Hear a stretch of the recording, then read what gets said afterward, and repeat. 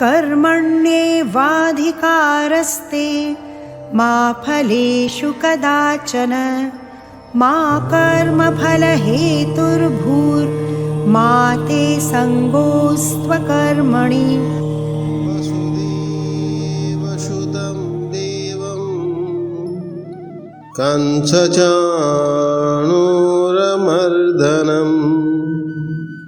देवकी परमानन्दं कृष्णं वन्दे जगद्गुरुं कृष्णं वन्दे जगद्गुरुं। समस्त को जय श्री कृष्ण। एकादश अध्याय श्लोक संख्या 47, 48 एवं 49। तुम्हें मैंने समस्त को मोर हरिओम। ओम नमो नारायण। हरिओम। आमे श्रीमद् भगवद गीतार एकादश अध्याय अंतिम चरण रे आमे पहुँचले। से अंतिम चरण रे आमे देखुचंती अर्जुन किपरि भाव रे से विराट स्वरूप को दर्शन करुचंती। अर्जुन से विराट स्वरूप को देखी सेठी भयभीत हो जाइछंती। अर्जुन को मनरे ये विचार उठुछि भगवानंकर से जो सौम्य स्वरूप से शांत स्वरूप को दर्शन करिया पाई, जो थे शंख चक्र गदा पद्म आदि नहीं कि विराजमान अच्छी भगवानंकर से विश्व मूर्ति से विराट स्वरूप को दर्शन करने चाहते। दृष्टुम अहम तथैव एमती शब्द प्रयोग करते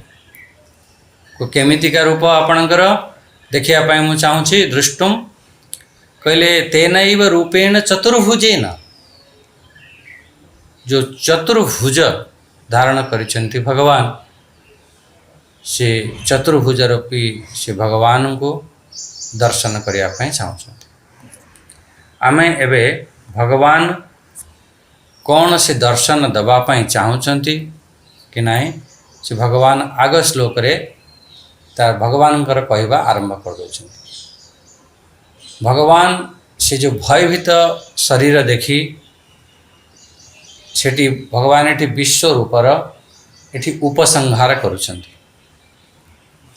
करी गोटे सुंदर वाणी द्वारा एठी अर्जुन को गोटे धैर्य प्रदान करुछंती। अर्जुन के भितरे तांका भितरे से भयभीत हो जाइथिले। एठी कहा जाउछि जे केमिति अर्जुन को गोटे धैर्य प्रदान करुछंती कहले भीतम एठी उपसंहृत्य विश्वरूपम प्रिय वचनेन आश्वासयैव। एठी अर्जुनम भीतम उपसंहृत्य अर्जुनकर जो डर थिला से डर को एठी उपसंहार करुछंती। आउ सुंदर सुंदर प्रिय वचनेन आश्वासयेन सुंदर सुंदर वचन कही अर्जुनकर सेठी उपसंहार करुछंती। कहउछंती कौन कहउछंती हे अर्जुन मु प्रसन्न है कि मया प्रसन्नेन। आमे टी श्लोक पाठ करनवा तापरे आमे 47 नंबर श्लोक रे आमे प्रवेश करिबा। भगवान ये बढ़िया बढ़िया सुंदर सुंदर शब्द देछंती मया प्रसन्नेन। प्रथम श्लोक पाठ करिया। ओम श्री परमात्मने नमः। अथ एकादशो अध्याय। श्री भगवानुवाच मया प्रसन्नेन तवार्जुनेदं रूपं परं दर्शितमात्मयोगात् तेजोमयं विश्वमनन्तमाद्यं यन्मे त्वदन्येन न दृष्टपूर्वम्। अर्जुन एठी कहउचंती मु प्रसन्न है कि भगवान एठी प्रसन्न है मया प्रसन्नेन। एठी प्रसन्न अर्थ कौन? प्रसाद नाम तोई अनुग्रह बुद्धि तद्वत प्रसन्नेन मया। तो ऊपर जो अनुग्रह बुद्धि अच्छी तारी ना तो ही प्रसन्न। जदि मु तो उपरे प्रसन्न न था तार तो ऊपर अनुग्रह केमिति करि था तते केमिति तुमको दिव्य चक्षु प्रदान करि था। मु प्रसन्न अच्छी एठारे मया प्रसन्नेन शब्द देछन। अर्जुन एटा कौन पाई भगवान को कहवा पड़ुची जे मु अर्जुन तो ऊपर प्रसन्न अच्छी मु तो ऊपर प्रसन्न अच्छी। एइथपाई भगवान को कहवा को पड़ुची। अर्जुन मझरे मझरे कही देइछन्ते ना प्रभु आपण टिके प्रसन्न होंतु, प्रभु आपण प्रसन्न होंतु। हाँ आपण को प्रसन्न करने पाई मु प्रार्थना करुच्ची। 44 नंबर श्लोक रे पूर्व प्रसादेय एमती आपण प्रसन्न होंतु, आपण प्रसन्न हो। भगवान कहले भाई मु खूब प्रसन्न अच्छे। प्रसीद देवेश जगन्निवास एमती नमस्तुते देववर प्रसीद। ये जस्ट 45 नंबर भी से कहता प्रसीद देवेश जगन्निवास। हे प्रभु आपण प्रसन्न होंतु, प्रभु आपण प्रसन्न होंतु प्रभु। ये बारंबार जितेबाला अर्जुन प्रार्थना करुछंती भगवान भगवान कहते मु ऑलरेडी तो ऊपर मो प्रसन्न अच्छी। तेबे तो ये विराट स्वरूप मु देखली मोर ये विराट स्वरूप रे सब किछि अच्छी। तार विकार रूप भी अच्छी आउ तार सुंदर रूप भी अच्छी। से विकार रूप को देखिए तते तू भयभीत हो जाऊँ। दर्शितम आत्मयोगाद से मोर से जो ऐश्वर्य एवं सामर्थ्य द्वारा हमार आत्मा न ऐश्वर्यस्य सामर्थ्यात एमती शब्द मु ताको कहूची। से मोर रूप केमिति मया प्रसन्नेन तवार्जुनेदम रूपम परम दर्शितम आत्मयोगात। मोर से जो तेजमय स्वरूप तेजोमयम विश्वम अनंत माध्यम। भगवान ये कहते मोर जो तेजमय स्वरूप तेज प्रायम तेज स्वरूप केमितिका कहला विश्वम अनंत माध्यम अनंतम आद्यम। से तेज रे पूरा परिपूर्ण अछंती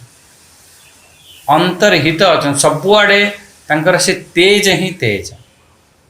से विश्वरूप ता छड़ा अन्य किछि नाही। एको कई न दृष्ट पूर्वम एपरी मोर से जो तेज स्वरूप को से जो विश्वरूप को से आद्य स्वरूप को अन्य कहीं सेमिति दर्शन करिना न दृष्ट पूर्वम। एठी अर्जुन भी कही 45 नंबर श्लोक रे कहले अदृष्ट पूर्वम। एठी भगवान कहते ठीक कहूँ अर्जुन न दृष्ट पूर्वम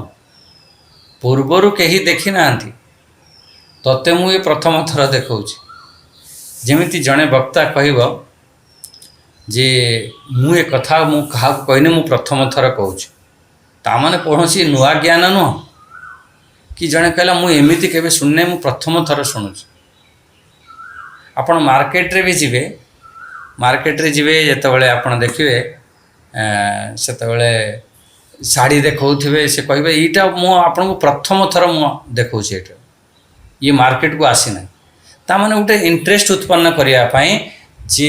हाँ ये बहुत सुंदर जिनिस। सेहीपरि भगवान माने बहुत कठिनतार मिले बहुत ये सहज भाव में प्राप्त हो पारे ना। सेथिपाई एठी भगवान कहि दउछंती ये एपरि जो विश्वरूप मु आउ काहाकू देखे ना। एटारे बढ़िया शब्द कौन कहते परम तेजमय तेजमय परम तेजमय परम प्रकाश भगवान कर से परमात्मा केमिति कहले अलौकिक ऊर्जा से पूरा पूर्ण अच्छा गोटे श्रेष्ठ अवस्था एमती कही पार से परमात्मा को भगवान से परमात्मा अर्जुन को यहपरी कहते सी मोर श्रेष्ठ स्वरूप को सर्वोच्च अवस्था को से परमात्मा को भगवान देखा जहाँकि स्वयं प्रकाश स्वरूप कण कण रे तांका प्रकाश सब प्रकाशित होमती से परम सबुठारु बड़ सर्वोच्च से देखु तेजमय विश्व अनंत माध्यम से तेज स्वरूप सबु जगार से परिपूर्ण अच्छा माने परिपूर्ण अच्छा एठी आमर संजय भी कही ना भगवान का स्वरूप प्रकाश स्वरूप केते प्रकाश अच्छी शायद 12 नंबर श्लोक रे कही दिवि सूर्य सहस्रस्य भवेद युग पदुत्थित यदि भा सदृशी साक्षात भाष्यस्तस्य महात्मन भगवानंकर से जो स्वरूप तेज स्वरूप केमिति कहले जे तांकर तेज स्वरूप सी हजार हजार सूर्य एका सांगरे प्रकाशित हो गले फिर भी तांका सांगरे किंचित मात्र एपरि तांका तेज स्वरूप अर्जुन भी कहते मझे मझे कहले तेज राशिम सर्वतो दीप्तम अनंतम 17 नंबर श्लोक तेज राशि से प्रकाशमान तेज रूप से प्रज्वलित अग्नि सूर्य सदृश तेजमय रूप भगवान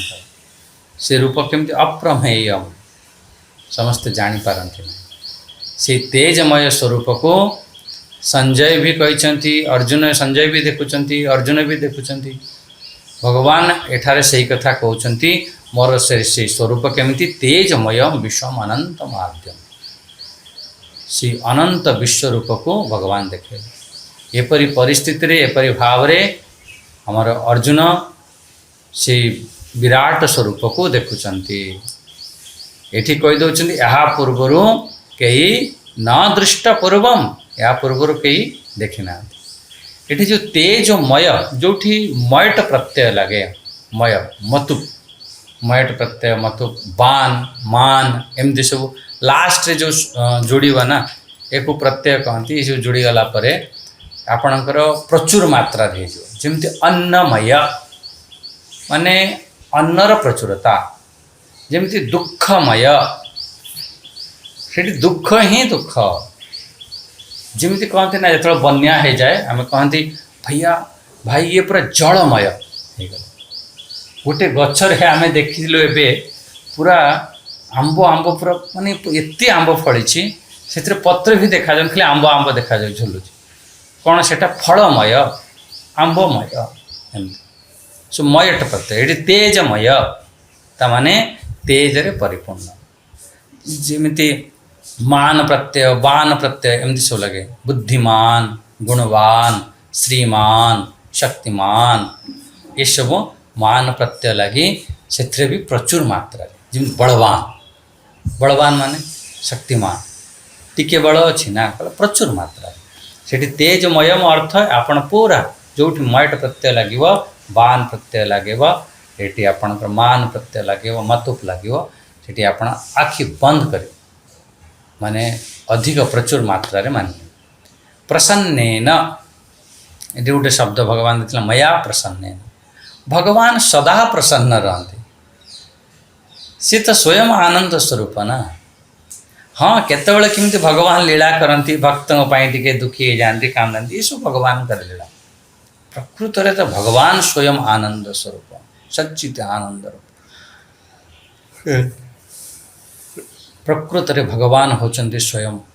ईश्वर होचंती पूर्ण निर्विकार स्वरूप जीव तार कर्म फल हिसाब से केतबेले सुखी होतो केतबेले दुखी होतो किंतु भगवान से परिण सदा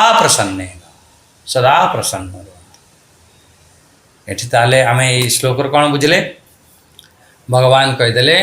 जी मु प्रसन्न है करी जो मोर जो से अत्यंत श्रेष्ठ जो तेजमय स्वरूप अच्छी से अनंत विश्वरूप मु ते देखली एवं ये जो विश्वरूप मु सब देखली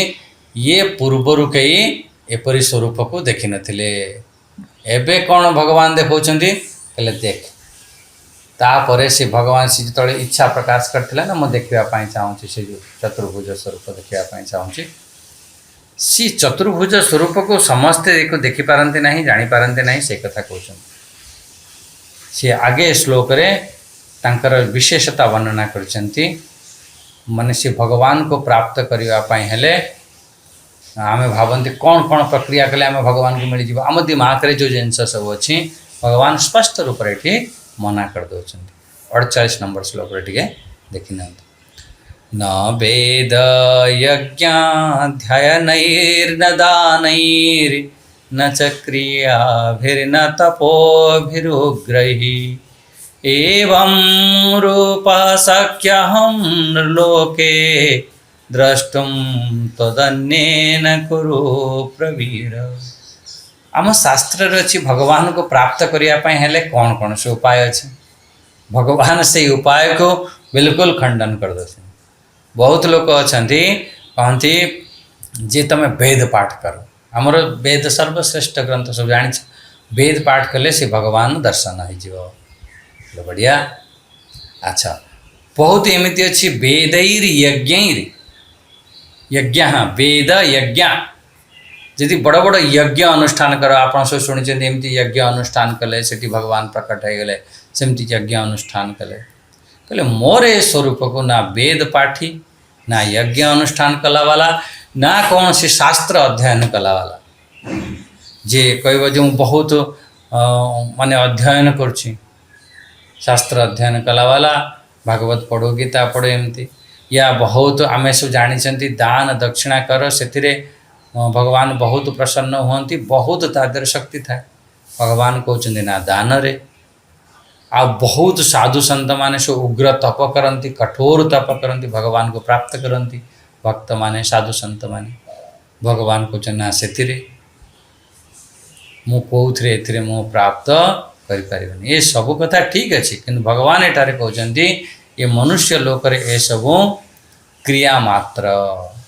जेपर्यंत मोर कृपा न होइछि काहारी द्वारा ये देखा जाई परिबा नहीं जहाँ भी जेते तुम उग्र तप कर दान कर जप कर ध्यान कर जहाँ भी जेपर्यंत भगवान कर कृपा न होइछि जेतेबेले स्वयं आमे सब अनुभव न करिसेंति जेपर्यंत आमे साक्षात्कार न करिसेंति साक्षात अनुभूति न होइछि आमे से सब बुद्धिगत ज्ञान से सब बढ़िया किंतु साक्षात्कार करने पड़ो अनुभूति करने पड़ो ये सिर्फ भगवान कृपा द्वारा ही संभव न वेदैर यज्ञ ध्यानैर्न दानैर्न च क्रियाभिर्न तपो भी उग्रैः। एमती गोटे बढ़िया कहानी अच्छी साधु संत मैंने बहुत सुंदर दृष्टांत दे बुझाती दुई जन साधु तपस्या करते जंगल में बसिक घोर तपस्या करते अनेक दिन तपस्या कला से बाटे नारद ऋषि जाऊे देखले कहले देवर्षि नारद आपण तो भगवान के पाखक जाउछंती आमर केमिति भगवान आमको दर्शन देवे केमिति भगवान का दर्शन हम आम कहले अच्छा दर्शन हम ठीक अच्छे मु पचारिक आसबि जड़े बसी से जो सागुआन बड़ बड़ पत्र थाए ना सागुआन गछ मूल छोट गछ गोटे थाए छाई थाए गछ मूल आउ जड़े बड़ तेंतुली गछ जो था ना कया तेंतुली गछ सी बहुत बड़ गछ था ता मूल बस तपस्या कर ठीक अच्छे जितेबले नारद जाइए भगवान का दर्शन होती नारायण नारायण कले दर्शन कले हाँ आसला बेले पचारे कहले दुई जन साधु पचारि आपण केबे दर्शन देवे ये जगार बस घोर तपस्या कर दर्शन देवे प्रभु कहीदे भगवान कहीदे ठीक अच्छे जा कहीदि तुम गच्छरे जेते पत्र अच्छी सेते वर्ष पर मु दर्शन देवी कहले अच्छा सी जो सागुआन गछ जो बड़ बड़ पत्र थिला तार तांको पचारे कहले नारद महाराज भगवान कहते कहले हाँ हाँ भगवान कहते जिते तुम्हारे पत्र अच्छे ना सेते वर्ष पर दर्शन देव सागुआन गछ वाला जो तो ऊपर देखला कहला 200-250 गछ अच्छी पत्र अच्छी कहला 200-250 वर्ष पर भगवान दर्शन देव ना मत ये संसार मिलला मुझे एत वर्ष तुम बंचार ना ताले कौन मोर साधन लाभ है अच्छा ठीक अच्छे 200-250 वर्ष पर मिले से समय साधना करने सी तरह उठिक पड़ेगा कहीं 200-250 पत्र अच्छी आउ जने से जो तेंतुली गछ मूल बसला आपण जानी केते तार पत्र थी से टिक पत्र छोट छोट से नारद जी पचारे नारद जी कहले जे भगवान कहते तुमर ये वृक्ष जिते भी पत्र अच्छी सेते वर्ष पर तुमर दर्शन भगवान दर्शन दे आ सी उठी पूरा नाचिला पूरा कहला कम से कम भगवान आम कथा शुणी भगवान दर्शन दवापाई प्रतिश्रुति करिसेंति ताहले निश्चित रूप से भगवान आमको दर्शन देवे अति प्रसन्न हेले अति प्रसन्न है कि नाचिले भगवान पूरा तांक भाव रे बहुत सुंदर भाव रे मन को सजई तांकरे भाव रे भावित है सीठी भगवान को स्मरण करी नाचिबा आरंभ कले से समय भगवान प्रकट हो गले जे समय प्रकट होती नारद महाराज देखले कहले अरे प्रभु आपण तो कहते जे पर्यंत से गछर पत्र जिते पत्र थी सेते वर्ष पर मुझे दर्शन देवी आपण तो पूरा महामिछुआ आ मत आसी कहीदेले जे कहीदियो ये कथा आ तुरंत आपण प्रकट हो गले एट भगवान हसुचन कहते देख ऊपर देख देखला बेलू से गछर गोटे भी पत्र नाही से भगवान दर्शन देले एठी मोर कहिवार कथा थिला भगवान जी जेते तप करू जप करू ध्यान करू भजन करू साधना करू जी जहा किछि करू जे पर्यंत भगवान कृपा न होय से पर्यंत भगवान दर्शन हो पारिबो नाही से भगवान सब किछि करि पारिबो भगवान से अकारण करुणा वरुणालय एमती आम कहते भगवान अकारण करुणा कर दियंती बस भगवान कृपा मिल जाओ करुणा निधान से दीन दयाल भक्त वत्सल से भगवान ये कहते ये कौन सी प्रकार ये सब कहीं देखिपारे नहीं बस मोरी कृपा द्वारा कृपा पात्र छड़ा अन्य केबे कई दर्शन करें ताले एठी आमर जो है न वेदैर यज्ञ ध्याय नहीं न तपे वेद पाठ करती अच्छा केतेटा वेद अच्छी प्राय जानी यदि न जानी पूरा मन रखी नि आमर 4 वेद अच्छे ऋग्वेद यजुर्वेद सामवेद अथर्ववेद यदि यही सीरियल मन रखा और भल रहा ऋग यजु साम अथर्व बहुत बार ऋग साम यजु अथर्व कर दियंती किंतु आपण ऋग यजु साम अथर्व ये मन रखिले भल लगे अच्छा आम सनातन धर्मर ये जो वेद अच्छी ना ये सर्वोच्च ज्ञान है खाली ज्ञान नुह तो प्रैक्टिकली विज्ञान सहित ये ज्ञान अच्छे आम जीवनर बंचार कला ये शिखा जाए समस्त ज्ञान ये मूल स्रोत जमीती गोटे नदीर मूल स्रोत कौटी गंगा नदीर मूल स्रोत होची गंगोत्री आमर गोमुख मूल स्रोत जमी जमुनाजीर जमुनेत्री ये गंगा और जमुना आसी मिसी जाइए जो जमीती समस्त माने जमुनाजीर मूल स्रोत होची जमुनेत्री जो उत्पन्न होती जमीती आपणकर नर्मदार मूल स्रोत होची अमरकंठ से ही उत्पन्न होती नर्मदा मैया सेहीपरि आमर समस्त ज्ञान जो मूल स्रोत होची आमर वेद ये सब अनुभव कर जानिया दरकार मनुष्य पढ़िले एथिरे जी जो प्रकार मनुष्य ज्ञान अर्जन करुछि संपूर्ण ब्रह्मांडर एठी ज्ञान प्राप्त होता है वेद पढ़िले वेद समस्त अलग अलग हिसाब से ज्ञान होता है वेद रे अनेक अनेक यज्ञ बाबद भी कहुई आमर आध्यात्मिक उन्नति केमिति हब ता बाबद रे कहुई केमिति आम चिकित्सा संपूर्ण ज्ञान प्राप्त हम यह सब कहुई वेद पढ़िबार उद्देश्य है समस्त अलग अलग जमीती उद्देश्य हम से प्रकार फल मिल वेद रे अनेक यज्ञ अनुष्ठान सब विधान सब अच्छी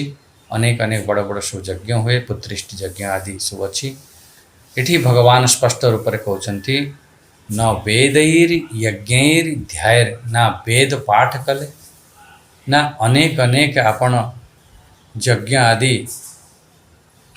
कले या कौन सी उग्र तप कले से बड़ बड़ सब यज्ञ अच्छे ना यज्ञ द्वारा भी ये संभव नुह या बड़ बड़ उग्र तप भी कले ये भी संभव नुह जे आपण भाविबे मु उग्र तप करी से भगवान को मु प्राप्त करिनेबी ये केबे संभव नुह। एठी महायज्ञ ही एठी जेतबेले भगवान आमर ब्रह्मा जी कहते तृतीय अध्याय रे 10 नंबर श्लोक रे आमर ता सहित प्रजांक सहित सहयज्ञ प्रजा सृष्टा पुरोवाच प्रजापति अनेन प्रसविश्वर्थम एष वो अस्तिष्ट कामधुक। श्रीमद् भगवद गीता रे भी यज्ञ बाबद रे खूब चर्चा है अनेक अनेक शास्त्र रे भी कह जाए एमती आपण 17 अध्याय रे भी देखिए 3 प्रकार यज्ञ बाबद रे कहिबे तृतीय अध्याय रे भी सब यज्ञ बाबद रे कह जाए आउ अनेक अनेक तुम भावियो मु शास्त्र पढ़ी नेले 4 वेद 6 शास्त्र 18 पुराण आउरी 4 उपवेद अच्छी 18 उपपुराण आदि अच्छी एमती पढ़ी नेले कौन सी प्रकार मत ज्ञान हो ये भी ये ज्ञान तो हव किंतु प्रकृत रे से अनुभूति से परमात्मा दर्शन से हो पारनि जे पर्यंत भगवान कृपा न हो। एठी कौन सी आवश्यकता माने दान आदि द्वारा से भगवान जे पर्यंत भगवान कृपा नहीं बस ये बुझिनी। धार्मिक दृष्टि देख सबुठारु बड़ पुण्य मानती कौन जे आमर जो दान आदि करते ना बड़ पुण्यवान व्यक्ति ही करिपारंती आ तांको ही भगवान का विशेष कृपा मिले। अच्छा उग्र तप द्वारा भगवान मिलती कि नहीं एमती असाधारण तपस्या सब महान पुरुष माने सब करती। आमर जैन संप्रदाय रे जैन ऋषि माने खूब उग्र तप करते सेमानकर जो दाढ़ी चुटी सब अच्छे ना सी सब छिड़े दियंती सब टाणी टाणी के सब छिड़े दिए एमती उग्र तप एमती अच्छा आम महापुरुष माने सब पंचाग्नि एत गरम चारिपटर गरम होची आउ पंचाग्नि 5 प्रकार माने 5 जगह अग्नि जड़े मझे बसते उग्र तप माने उग्र तप द्वारा निश्चित रूप से लाभदायक आम इंद्रिय वासना अहंकार या पर सब नियंत्रण होता है ना कौन सी क्रिया द्वारा न क्रिया भी कौन सी क्रिया द्वारा नहीं एमती साधना करी से आम से परमात्मा को प्राप्त कर मोर कृपा कारण तो दर्शन करें तो छड़ा एते सहज भाव रे आउ अन्य कई दर्शन करें ना। आ गोटे श्लोक आम पाठ करना भगवान 3टी श्लोक रे भगवान अच्छी आ गोटे श्लोक पाठ करी फिर विराम देता। ओम 39 नंबर श्लोक देख 49 नंबर श्लोक ओ माते व्यथा मा च विमूढ़ भावो दृष्ट्वा रूपं घोरमिदृढं ममेदं व्यपेथ विप्रीतमना पुनस्त्वं तदेव मे रूपमिदं प्रपश्य। कहला माते व्यथा मा च विमूढ़ भावो एमती आरंभ रे अर्जुन जितेबाला सी विराट स्वरूप को दर्शन करना जो देखार इच्छा करते प्रथम सेतेबेले भगवान कौन कहते कहले ठीक अच्छे बिल्कुल देख पश्चिम पार्थ रूपाणी शतशो अथ सहस्रश एमती भगवान कहीदे पश्चिम पार्थ रूपाणी मोर 1000 रूप को देख एठारे भी से कथा कहते तद एव मे रूपम इदम प्रपश्य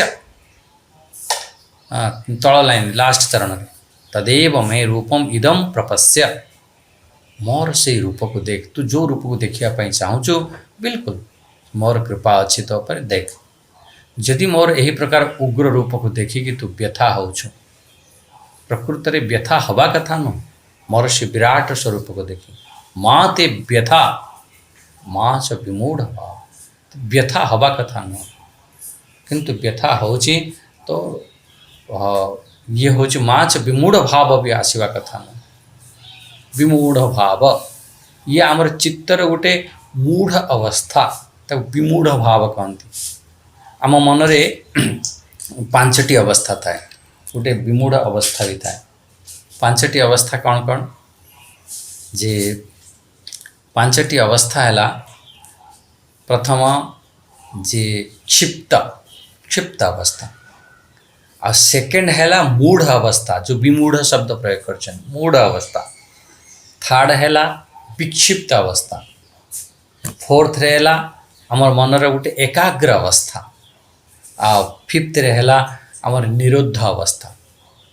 आम योग दर्शन रे आसछि महर्षि पातंजलि ऋषि ने योग दर्शन योग सूत्र रे अनुसार ये मनर ये 5 अवस्था ये प्रतिपादन करछन्ति मनर 5 अवस्था कौन कौन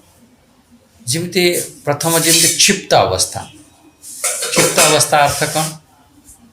जो अवस्था रे माने आमे सबु बेले पई उठे चंचल मन थाए मन सबुठारु अशांत थाए मन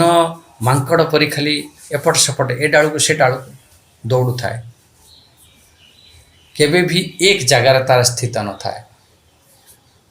टिके टिके बहुत विक्षिप्त कौन कहूँ तापर कौन कह से जापर विक्षिप्त अवस्था जमी पागल टाइप अवस्था आमर क्षिप्त अवस्था ता कहते क्षिप्त अवस्था क्या कहती माने सी पागल टाइप बुझी पार नो टिके कही दौ फेर कौन कहू मन तोरा अशांत थी सी सब क्षिप्त अवस्था मनर गोटे स्टेज फास्ट स्टेज तापर सेकेंड स्टेज है मूढ़ अवस्था माने मूढ़ अवस्था अर्थ सुप्त मन जहाँ को डल मन कहते आलस्य सुस्ती ये अज्ञानतार पूरा भरी थाए मनरे कौन सी गोटे तार क्लीयर न थाए स्पष्टता न थाए ता भितर गोटे स्पष्टता न थाए गोटे नकारात्मक सोच थाए जेमिति क्रोध लोभ मोहरे अधीन होकर रही था मूढ़ अवस्था कहते ये से विराट स्वरूप को देखी एपरी भाव में मोहित होगा कथा न से भयभीत हो जापर फिर घोर अज्ञानतार विशेष रूप से मोहित हो मूढ़ अच्छी से परी अवस्था माने कहते सेमती अवस्था हवा कथा न मेरे से विराट स्वरूप को तो दर्शन कर विमूढ़ भाव बहुत सुंदर विचार। अच्छा ताले क्षिप्त अवस्था मूढ़ अवस्था थर्ड है विक्षिप्त विक्षिप्त मन ये मन प्राय आम साधक मान भितर थाए किसी समय मन काम कर हाँ हाँ यहाँ बढ़िया कम यहाँ एमती करवा मन को टे ध्यान साधना करके एकाग्र करिया टिके करुए फिर किसी समय भीतर तार विक्षिप्त हो जाता है चंचलता हो जाता है फिर चंचलता समाप्त होता है फिर भटकी जाता है फिर चंचलता समाप्त होता है फिर भटकुता है एमती टिके धीरे धीरे शांत हो फिर विक्षिप्त हो ताको कहते विक्षिप्त अवस्था आउ ये अधिकतर ये लोक मान था तापर जो फोर्थ पॉइंट है से हूँ एकाग्र अवस्था अर्थ हूँ माने पूरा वन पॉइंटेड पिन पॉइंटेड पूरा गोटे जगार आमको मन को लगेगा यही अवस्था रे आम मनर चंचलता धीरे धीरे धीरे धीरे समाप्त हो जाए तार एक विषय वस्तु पर तार लक्ष्य तापर से बने दी था आमर मेडिटेशन लो ये फास्ट स्टेज प्रथम सीढ़ी एटा को आम ध्यान जो आम प्रवेश करती आमर जो तीनोटी लास्ट अच्छे ना जे प्रत्याहार हाँ धारणा ध्यान समाधि जो विक्षिप्त मन से धारणा रे रुहे विक्षिप्त मन आमर एकाग्र मन से ध्यान अवस्था रे रहे और निरोध मन से सब बेले आमर समाधि अवस्था रे रहे तीनोटी सुंदर विचार प्रथम क्षिप्त विक्षिप्त क्षिप्त होगला मूढ़ होगला विक्षिप्त होगला फिर एकाग्र फिर निरोध मन हूँ जार मन पर फुल कंट्रोल थी ये गोटे आमर मनर श्रेष्ठ अवस्था गोटे सर्वोच्च अवस्था ये पूरा नियंत्रित मनर अनावश्यक विचार वृत्ति पूर्ण रूप से तार शांत हो जाए जोगर समाधि अवस्था ये आम जो पतंजलि योग ऋषि ताको एक समाधि अवस्था को एक प्रकार भाव में कहीदे ये सब ध्यान जो प्रथम जो 3 अवस्था कहगला ना क्षिप्त मूढ़ विक्षिप्त ये धीरे धीरे अंतर जो दुई अवस्था एकाग्र और निरोध ये आम स्थापित करवा से एकाग्र निरोध अवस्था एमती ताहले आम ये बुझिले कौन जे एठी जो मूढ़ अवस्था कहते ए प्रकार विमूढ़ अवस्था मूढ़ अवस्था ए प्रकार हवा कथा न से अवस्था रे क्रोध भय आदि सब होता है एमती अवस्था प्राप्त करने कथा न भगवान ये कथा माने केमिति आमे ये जो भगवान जो कहीदेले ना एमती हेबा कथा नुह ताले केमिति हवा कथा से दुईटी शब्द एठी कहते व्यपेत भी तल लाइन में देखो जो थर्ड चरण व्यपेत भी अप्रीतमना एमती ऊपर लाइन ले कहले विमूढ़ भाव हवा कथा नुह तने केमिति हवा कथा कहले ये व्यपेत भी हवा कथा व्यपेत भी अर्थ हो निर्भय अप्रीतमना प्रीतमना अर्थ प्रसन्न मन वाला एमती हवा कथा। अच्छा व्यपेत भी अर्थ हो निर्भय कौन सी प्रकार तार डर ना जदि विराट स्वरूप भगवान को दर्शन करुच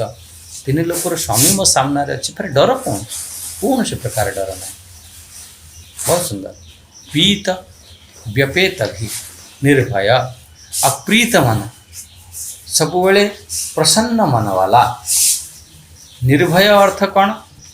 देखो कौन से प्रकार से डर ना से भय जी मुक्त हो जाए थे निडर हो जाए से जी अभयत्व को प्राप्त कर से कौन से प्रकार तार डर न था। प्रीत मना अर्थ कौन है प्रीत मना अर्थ है जो प्रसन्न मन वाला सदा सर्वदा से प्रसन्न रहे ये मन रे तप समस्त प्रसन्न रही पारती नहीं ये गोटे बढ़िया प्रसन्न मना हूँ आमर मनर तप मन प्रसादम सौम्यतम मौनम आत्मा विनिग्रह मनर तप बहुत बढ़िया एक आम सदा आम प्रसन्न रहा कथा छोट छोट कथार आम विचलित हो बड़ बड़ अधिकारी को देखो से माने प्रसन्न डिप्रेशन चली जाऊँ सुइसाइड कर दे एमती जो आमर मन को सदा आम रिक्त मन वाला सदा प्रसन्न मन वाला एमती। अच्छा बहुत एमती लोक अच्छा दिनमान बहुत काम करके 400-500 टका रोजगार कर फिर मस्ती रे शोचन खाऊन पीछे मस्ती बहुत लोग अच्छा हजार हजार लक्ष लक्ष टका दिन को रोजगार कर टैबलेट खाई शोया पड़े कहाँ पाई मन भितर प्रसन्नता ना सदा प्रसन्न रहिबार उपाय कौन है खाली कहीदेले एमती हेनी तो उपाय तो कि जानवर अच्छे ना आपड़ छोट छोट जगार सुख खुशी देखते प्रत्येक जगार पूरा मस्ती देखते खुशी देखते आप सदा सर्वदा वर्तमान रे बंचंतु प्रेजेंट टाइम आम सब सब मोर कौन होता मोर कौन हम से बंचुच ना यदि बचापी चाहूच ताले वर्तमान रे बंच खुशी रे रह सुख रे रह प्रसन्न रे रह आम भितर जो नकारात्मक विचार आसूचे निश्चित छाड़ा पड़ो जमी योग ध्यान आदि करके सब छाड़ा पड़ो सब टे नित्य नियमित योग ध्यान कर प्रसन्न रही सब निज आमर मानसिक स्वस्थता को बढ़ाओ एमती नुह जे आम बास से आम खसीगले मानसिक स्वस्थता बढ़िया दरकार सदा ईश्वर को धन्यवाद दियो हे प्रभु मते आज जीवित बंचे देछ आज सका उठिक आखि खोल आपण बंची मु बंची आज ईश्वर कृपा धन्यवाद दियो एमती बहुत लोग अच्छा रात शोई रही जा सका उठी पारना भगवान जमीती जो परिस्थिति रे रखुंट भगवान को धन्यवाद दियो थैंक्स प्रभु आपण जमीती जहाँ कर मोर कल्याण हो और प्रत्येक जगार से कल्याण ही देख आज मत ये सजा मिलला तेबी भी मोर कल्याण भगवान जहाँ करती प्राणीर मंगल पाए बस एमती भाव रखी आम कर ये भाव रखी फिर मोर जो चतुर्भुज रूप को एठी दर्शन करने ପାଇଁ भगवान एठी परमिशन दे दौरान ठीक अच्छे मैं तद एव मे रूपम इदम प्रपश्य मोर यही रूप को तू देख देखो ऊपर जो गोटे थी ना इड्यम घोरम एमती जो इड्यम अर्थ जो ए प्रकार ये जो रूप को देखिकी इड्यम घोरम इड्यम ममेदम एमती अच्छे भगवान का से जो रूप को घोर रूप को देखी ये आम विमूढ़ भाव हवा कथा नुहे व्यथित हवा कथा नुह ठीक अच्छे उग्र रूप अच्छे हवा कथा नुह जदि हैछ ताले आज ठार त्याग कर प्रीत मना हुआ व्यपेत भी हुआ आ है भगवान कहते यही भली भाव रे मोर से रूप को तू दर्शन कर एठी ईश्वर कौ रूप को से चतुर्भुज रूप को से दिव्य स्वरूप को दर्शन करने भगवान कहते से जो दिव्य स्वरूप कौन से ब्रह्मांडर पालनहार रूप भगवान जो चारि हाथ अच्छे ना चारि हाथ कौन से हूँ चारि पुरुषार्थ भगवान का चारि हाथ ही चारि पुरुषार्थ आमर चारि पुरुषार्थ कौन आमर चारि पुरुषार्थ को विचार कर आमर से हूँ भगवान धर्म अर्थ काम मोक्ष ये हूँ चारि पुरुषार्थ या एमती देख जो चारि आमर साधन चतुष्टय ही भगवान चारि हाथ साधन चतुष्ट विवेक वैराग्य षट संपत्ति मोक्ष आमर गोटे ग्रंथरे अच्छी अनुबंध चतुष्टय ही भगवान चारि हाथ आमर विषय अधिकारी विषय प्रयोजन अधिकारी विषय प्रयोजन संबंध यह हूँ अनुबंध चतुष्टय ही भगवान चारि हाथ जहाँ चारि चारि जहाँ आम चतुष्टय जहाँ भी आसूँ एमती भगवान हाथ ये प्रतीक मात्र जमी भगवान शंख चक्र गदा पद्म नहीं ना शंख हूँ प्रतिध्वनि चक्र हूँ आमर खराब जिनिस को पूरा नाश करदेवा गदा हूँ आमर शक्तिर प्रतीक पद्म हूँ असंगता पवित्रता सौंदर्यतार प्रतीक एमती चारि दिशा को नियंत्रित करते यहीपरि भाव आमर आज विचार को ये रखा बहुत सुंदर विचार टी गूढ़ विषय भी अच्छी आम चिंतन करें भगवान का विराट स्वरूप 3 श्लोक रे भगवान ये कहीदे कि मोर ए स्वरूप को आप दर्शन करूँ तो ये आम आज वाणी को विराम दवा ओम स्वस्ति प्रजाभ्य परिपालयन्ता न्यायेन मार्गेण मही महिषा गोब्राह्मणेभ्य शुभमस्तु नित्यं लोकाः समस्ताः सुखिनो भवन्तु लोकाः समस्ताः सुखिनो भवन्तु ओम शांति शांति शांति हरि ओम श्री गुरुभ्यो नमः हरि ओम।